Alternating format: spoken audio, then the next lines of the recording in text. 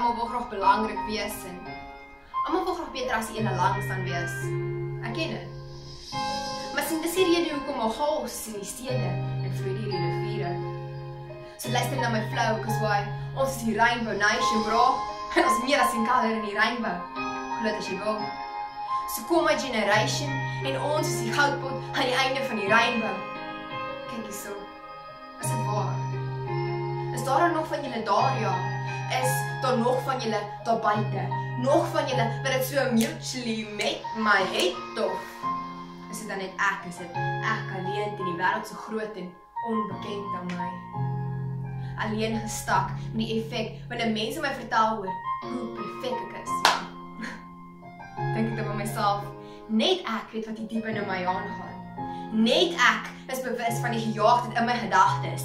Net ek ken die onstuimigheid wat tog so gereeld in my hart rondwoed en is moeilik om te erken, maar ek is tog te bewus van die leemte in my siel en tog te vermeeu om dit enigstens reg te kry in my lewe te fake. Julle mag dalk dink, ek is gepla met hierdie teorie van fake wees. Ja, dit is seker waar, maar hoe kan ek bro anders? As alles waar jy vaskyk, maak die saak wat sy kant jou gesig wys. Kyk, die stuk in jam in die klas, maar kyk, hy pas soos 'n glas in 'n kas, dis klas, ons noem dit eerste klas al, so ek in die tweede klas jy sê dit sat, maar so what, want jy verloor dit nou jou plak. Kyk hierso, looks beteken toch nie veel, en wil jy dit ook te veel verveel, maar laat my toch toe om 'n korte storieetjie te deel. So seun stap in my kamer en begin om my te praat oor dinge wat vir my sens gemaak het, praat oor all lives matter en hoe ras dit in mekaar is, maar toch, ons almal is maar mense. Hy vertel oor almal wat so worry oor die onnodige dinge in die lewe.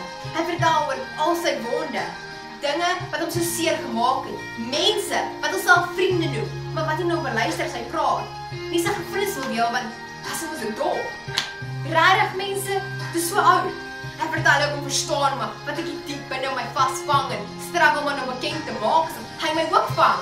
Sy woorde klink soos 'n letterlike replikaat van wat in my innerlike gedagtes aangaan. Stap in so 5, die kleine seentjie met sy brilletjie.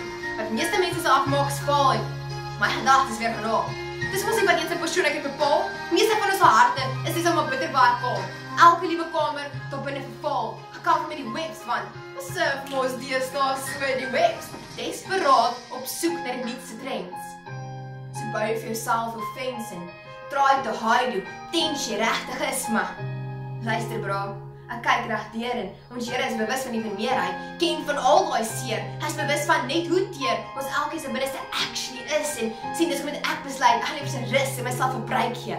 Aan ons Here gaan ek dit oorgee, in plaas van aanhou voorgee, in plaas van maak as ek iemand is wat ek vir my siel weet ek nooit gaan of kan of wil wees. En luister bro, hierdie is 100% serieus, né?